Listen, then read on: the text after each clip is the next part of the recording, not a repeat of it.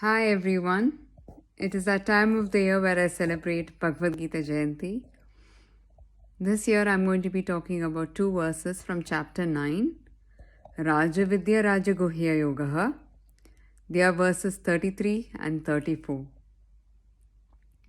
Kim punar brahmana punya bhakta rajashreyasthatha anityam asukham logam imam prapya bhajasvamam manmana bhava madbhakto madhyaji mam namaskuru mame vashyasi yuktevam atmanam matparayanaha.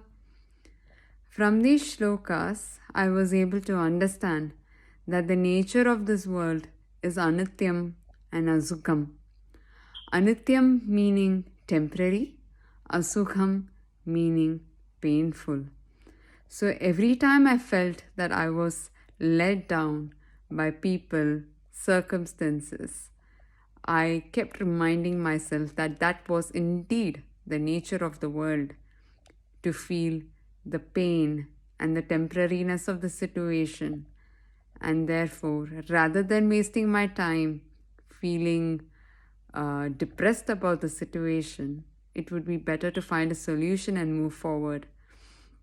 And as a result, it also helped me reflect, as Sri Bhagwan mentions in verse 34, to engage your thoughts in more useful pursuits, and rather of in Sri Bhagwan himself, who I consider to be the ultimate goal of life.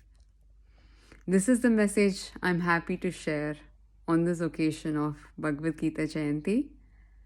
I am a proud student of the Gita, and I will strive to continue to be one.